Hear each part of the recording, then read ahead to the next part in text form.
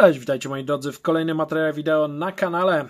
Dzisiaj dobrze znana marka Mercusys, czyli brand TP-Linka i kolejny system Mesh. Tutaj gdzieś będziecie mieli linka albo do systemów Mesh, albo do poprzedniego modelu z tej linii, który testowałem. Dzisiaj mamy model Halo H80X, czyli jeden z najwyższych z linii Mercusys, jeżeli chodzi o domowe systemy Mesh. I jest to system AX3000. Dla tych, którzy nieco orientują się w numerologii TP-Linka, jest to oznaczenie maksymalnej prędkości na dwóch pasmach, czyli do 3000 megabitów na sekundę. Mamy tutaj tą informację na dwóch zakresach 5 GHz i 2,4 GHz możemy osiągnąć, czyli te 3000 megabitów na dual band Wi-Fi. Zasięg też jest ciekawy, bo mamy do 7000 stóp kwadratowych, czyli do około 650 metrów kwadratowych możemy tym systemem pokryć i poprawić zasięg sieci Wi-Fi, a Wi-Fi jest oczywiście w standardzie Wi-Fi 6 i jest to spory obszar, gdzie możemy pozbyć się tak zwanych dead zone, słabego zasięgu. Czyli jeżeli ktoś posiada duże mieszkanie, bądź też nawet całkiem spory dom, to taki system Mesh powinien znacząco poprawić mu zasięg domowej sieci Wi-Fi.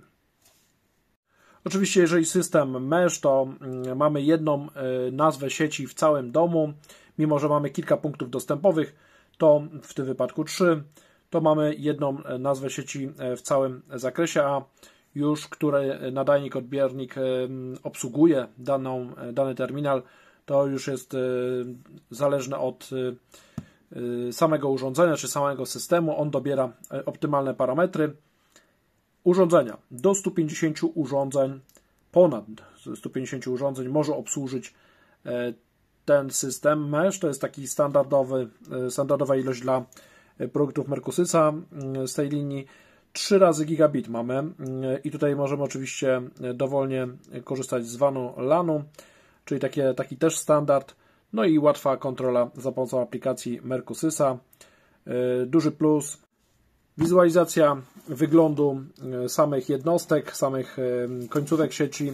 Mamy też, słuchajcie, pokazane mniej więcej jak to wygląda ten system AX3000. Mamy 3 terminale, 3 jednostki, powtórzone te główne parametry, zasięg. Druga strona skrywa trochę więcej technicznych informacji. Mamy dokładną informację co do prędkości na danym paśmie Wi-Fi.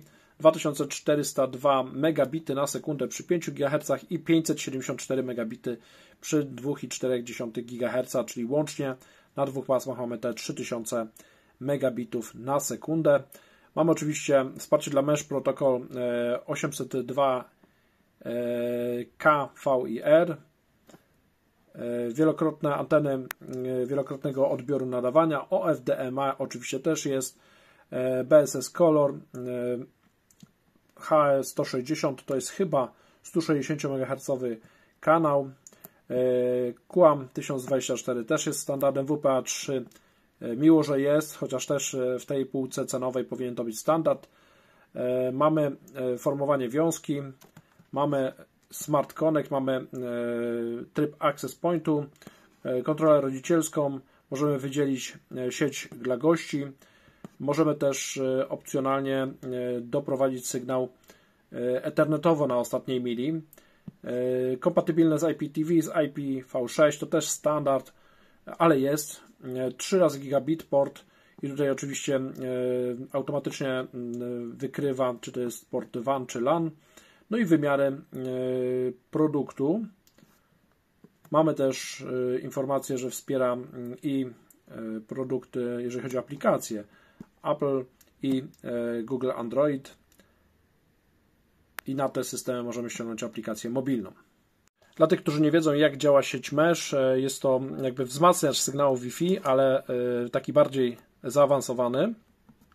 Mając dom dwupoziomowy, przykładowo ustawiamy sobie jednostki w 3 różnych miejscach i wszędzie mamy jedną sieć rozgłaszaną, wszędzie mamy dobry zasięg. To tak w dużym skrócie.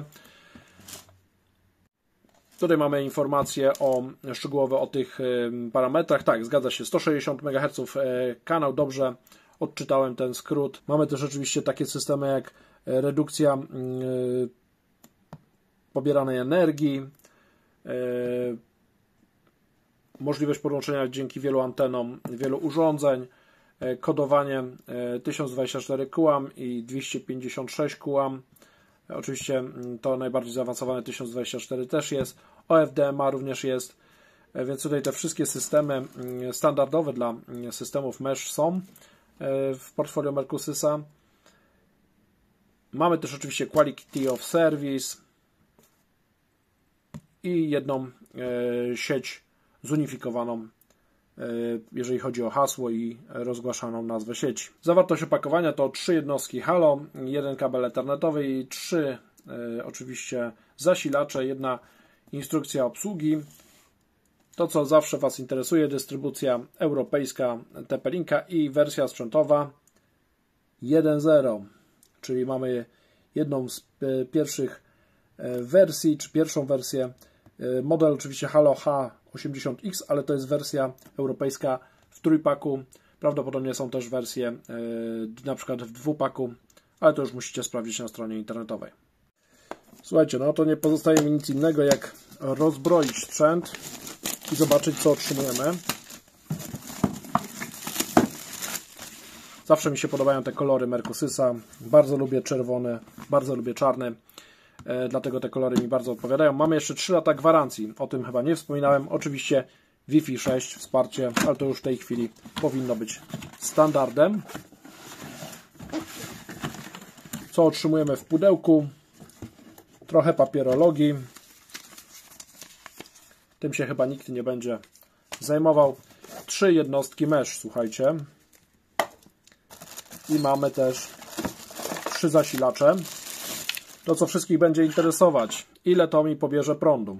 No to już Wam mówię. Jeżeli chodzi o pobieranie prądu, to mamy tutaj 12 V 1,5 A do 18 W na jednostkę. Czyli łatwo policzyć, 3 jednostki do 36 W. Ja myślę, że w praktyce będzie bliżej watów 30, więc nie jest to duża cena energetyczna za taki dobry zasięg na tak dużym obszarze. Mamy żółty kabelek ethernetowy, kategoria, bo to też będzie kogoś pewnie interesować. Tak, 26 AWG i kategoria 5E UTP, czyli taki standardzik. Dobrze, słuchajcie, ale co nas interesuje najbardziej, to oczywiście sama jednostka, jak ona się prezentuje. Więc wyciągnijmy jednostkę z folii i